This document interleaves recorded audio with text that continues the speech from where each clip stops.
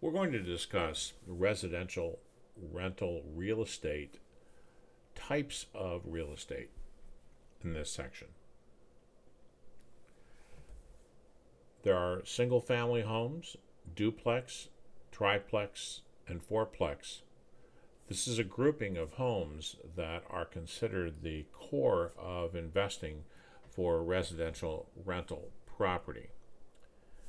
You can purchase 5 or more units. There are apartment complexes, there are healthcare homes, hospices, residential hotels, and a number of other combinations of residential living units.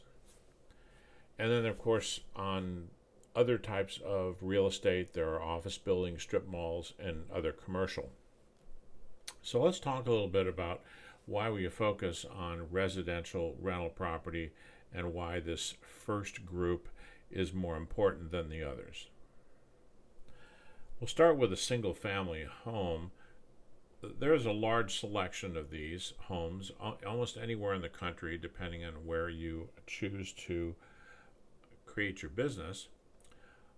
There are more than there are for multifamily homes, so you have quite a choice. They're highly desired by people with families that want 3 bedrooms or more. Now, there are multifamily apartments and multifamily townhomes and condos and all types of other properties that have more than 1 or 2 bedrooms in them, but homes are the most spacious, and particularly for younger families who want to have a bedroom for each one of their children. So if they have 3 children, you'll need a 4-bedroom building, and it's very difficult to find a 4-bedroom multifamily building. So again, that's another strong reason why single family homes are desired for rental properties. Also, people may want garages to work in. They may have a hobby, they may have toys they want to park in there, such as a boat or some other type of recreational vehicles. And many people use garages for storage. They love to have all their things there at the home with them. Sometimes people rent because they left a very large home and they're moving into an area and they're in the process of downsizing, so they like to have all of their articles there at the home. There's a whole variety of reasons why people will want to rent or lease a single family home, including, of course, a yard for the children to play, a feeling of community that's a little bit stronger in a single family home development area than the transient nature of condos, townhomes, and other multifamily homes. They may be closer to good schools if they live in a single family house. In some communities, there aren't very many apartments at all, and where there are apartments, they may not be located close to the schools. This is a strong reason why people would rent really any type of property, is the quality of schools in the area, and the closer to the school, the better. Also, there are a wide variety of prices. You can pay as little as $25,000 for a home in some areas, including the Mississippi Gulf Coast area, for example, or you can pay millions of dollars for one, and there are many choices in between. There are some negatives that usually can be overcome. The higher cost for homes than condos and townhomes make it more difficult for you to purchase multiple properties to invest in. Also, maintenance is a factor in older homes. There are a number of things that can go wrong, including changing the roof, all of the mechanical items in the house, the property itself. Maybe it's subject to erosion, sidewalks are broken and you're required to fix those, for example. And you may find tenants that, while they say that they will take control over the property when they move in, mow the lawn, and maintain it, just don't really understand how to do it, which could cause issues for the property owner. Tenants can cause more damage than in a condo or a townhome. Now, I have personal experience with this, with tenants moving out of a home, and there is no way that the deposit that you are able to get, and many of these deposits are regulated by states, cities, local ordinances, is enough to cover painting an entire house and changing the carpeting. It could cover that in a condo or a townhome in some cases, but it's doubtful. If the tenant has really been hard on that house, it'll be more expensive to turn that over. The same thing if they let the grass die. They didn't take care of the trees and vegetation, that type of thing. Also, some houses are in HOAs, and you may be contacted by the HOA if the tenants aren't good tenants. Let's go on to the next item. Let's talk about multifamily and up to 4 units.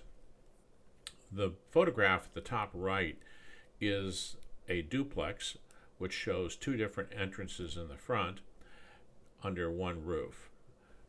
It's similar to an apartment in that sense that you have more than one living unit under a single roof, but you have a common wall in the middle. But the footprint is smaller, and generally speaking, there is a short yard in the back for people to use. And where there's one duplex, there are often many built into different configurations around the same streets. So most duplexes have the same configuration on the inside. If they're a 2-bedroom, 1-bath, or a 3-bedroom, 2-bath, for example, both of them are the same. So it's easier to manage them, understanding what you're going to have to do to make one presentable for lease. The same situation with the second one. So if you need a part or an air conditioning filter, for example, it'll work for both of them. A benefit of renting duplex units rather than single family homes is, of course, if one side is vacant on a duplex, you still have income coming in from the other side. Whereas with a single family home, once someone is out, you're short that income until you can replace that person. A triplex is similar to a duplex. Essentially, there are 3 living units under a single roof, but not always. There are some situations where on the same property there may be a duplex and then there's a house or there's another unit that's not attached. As you look around with more experience, you'll find many iterations on the number of living units on the single lot that you'll be buying. But typically a triplex is 3 different living units under the same roof. And the same situation is here, that if you are out one tenant, you have 2 tenants that are paying the bill. A fourplex can be all ground floor, or they can be upstairs, downstairs, like townhomes. Some fourplexes run completely in a row and they're upstairs, downstairs. Some are on one floor and they're all in a row. Some are broken up into, for example, 2 duplexes, but that's called a fourplex for financing purposes if they're on the same lot. And then there's a mixture. As I mentioned earlier, you could have a single-family home with a duplex or 2 single-family homes.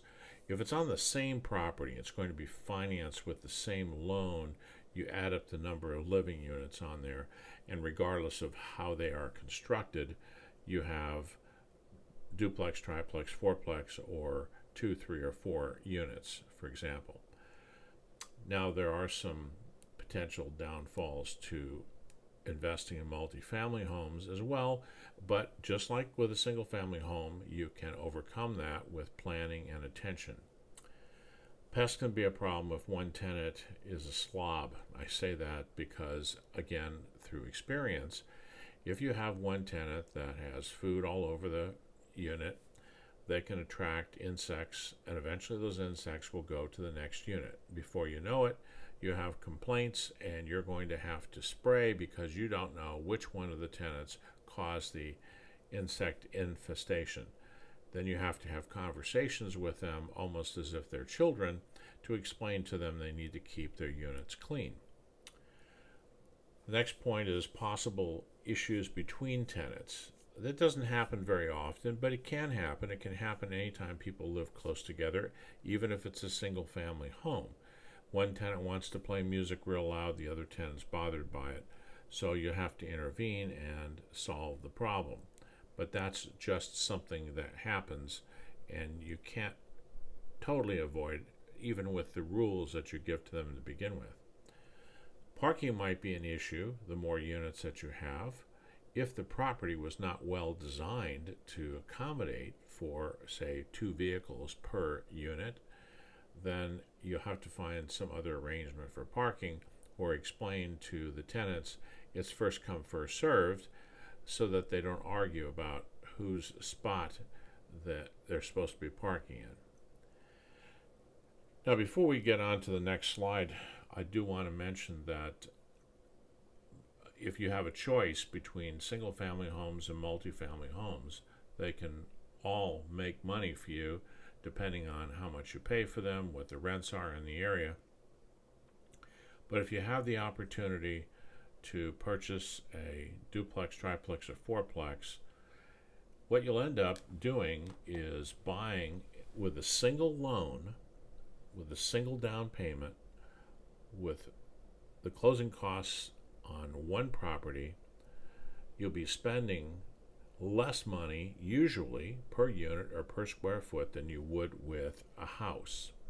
So in terms of overall return, and you can calculate this and see what I mean by that, is that often the larger number of units in the property mean that your return on your investment will generally be a little bit better. A good example is that the closing costs to buy a single family home are almost identical to the closing costs to buy a fourplex. Now, what I mean by the closing costs are the non-reoccurring costs, the escrow/attorney's fees, the loan fees, the appraisal, those kinds of things cost about the same whether you have one living unit that you can rent or 4 living units. So if you take those 4 and divide it into that one set of numbers, you'll come out better than if you apply that just to a single family home.